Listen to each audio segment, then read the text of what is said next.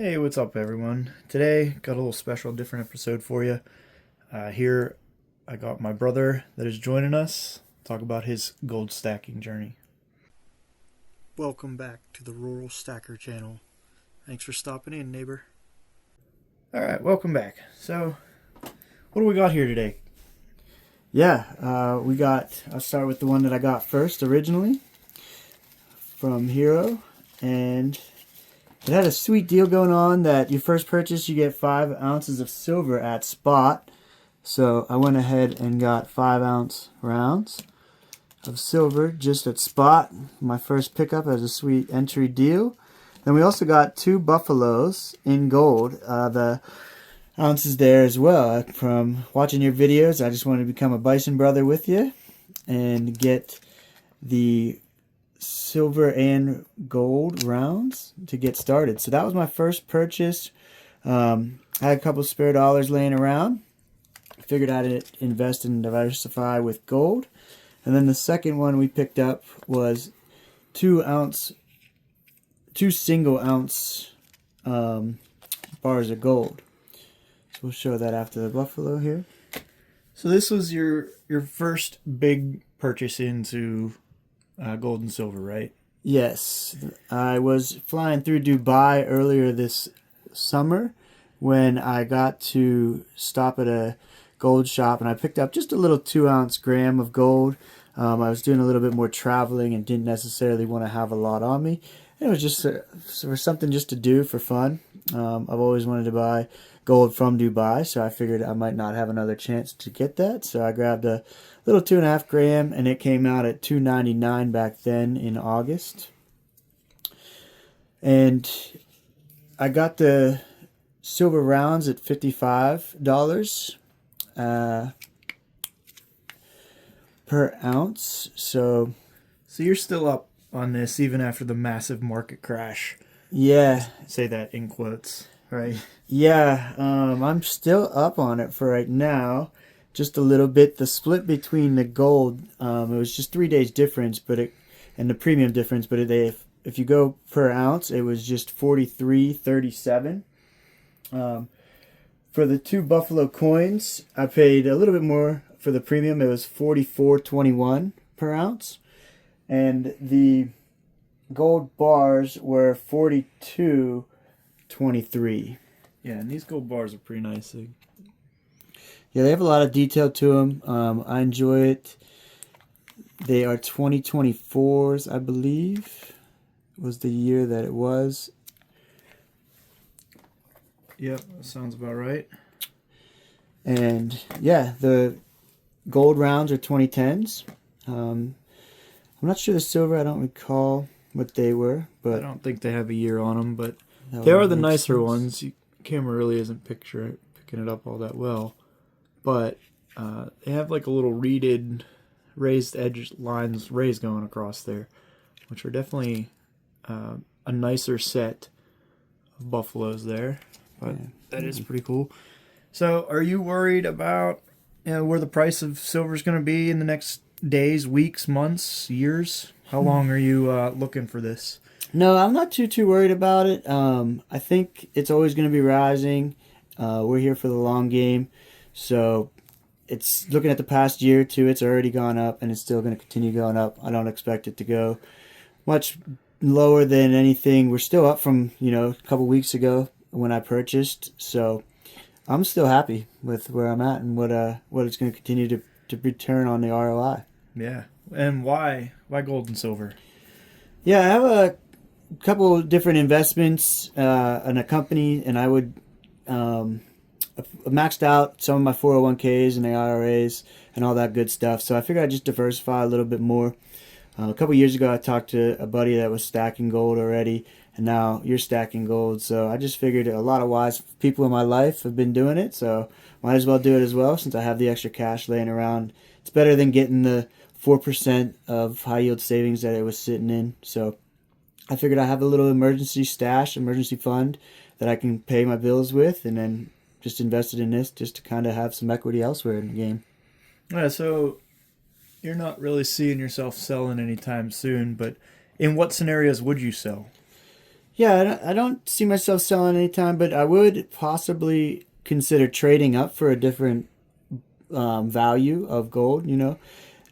Save up for a lot, get a stack going, and then trade it for just one piece of quantity of weight. So you're saying you would consider buying like 10th ounce eagles, right? And once you get 10 of them, trading for a 1 ounce eagle. Yeah, but at a larger scale. Yep, exactly. That's what I would consider doing, just to minimize how many pieces that I do actually have. I could see still investing and selling some of this stuff if I were to maybe open up another business somewhere in overseas or something like that, and to where it's just easier to. It's a universal currency too. It's easier to get local funds if you turn it in around the world. So just the diversity in that, it would be the only reason why I would sell, is to invest in something that would generate profit as well. Yeah, that makes sense. I see that. And there's definitely, I mean, that's one of the big reasons why I like gold is you're talking about trading up for larger sized bars and everything. Um, and that's why I like my gold is because the value per weight is higher than a bunch of silver. Yeah, silver is beautiful. It has its place and everything like that, but having that 1 ounce gold coin there, that's equivalent to a lot of silver ounces. And when you're talking about storing it and moving it, and I mean keeping track of them bison, they might get up, run over my house and join my herd, something like that. Having a smaller quantity that is easier to track is there's something to be said for that. Yeah, I don't need to hear people hearing me clanking down the street, so one piece is easier to hold onto, keep track of, and everything like that. So, but I do enjoy the mystery of each different bar and coin and round and how it's going to come out looking from the different presses and different companies. So there's always that attraction of just like kind of want to collect them all. Yeah, that's definitely something that I've gotten myself into. Just the different designs, always keeping yourself interested. Yeah, they're little pieces of artwork that are pretty valuable. So I enjoy collecting the precious metals and kind of going on a little scavenger hunt. It's like I'm hunting for gold, just out there prospecting myself. So I gotta go back to you want bigger bars. You're talking about maybe like a kilo bar of gold. Now that does it worry you that with the price of metals, if they go up, how hard it will be to move that? Or in the same a second question, which probably isn't best thing to ask, two follow up questions, but so the price of them, if it gets too hard to move, limit your buyers. Or the second half of if you have one big bar and you have to get rid of it, what if you don't need that much? If your bar's worth 60,000, but you only need 10,000, you have to liquidate that whole bar. Does that something that concerns you? Good questions. Yeah, the first question, I don't think that the price of it would be difficult to move, because at that point, if you have that much gold, we were talking a kilo, I don't think you should have extra funds and extra generating profits to where you wouldn't need to be selling that or trying to sell it. And then you'd also be hopefully stacking more of that as that time comes.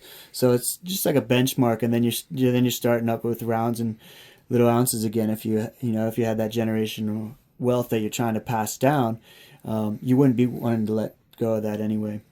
And for business investments, that's a long way off from a kilo, so I'd have to probably have them already pre-building and generating revenue before I would try to be buying that together and mixing it together. So you're stacking responsibly. Yeah, stacking responsibly, having that emergency fund that we talked about, having no debt is a good thing as well.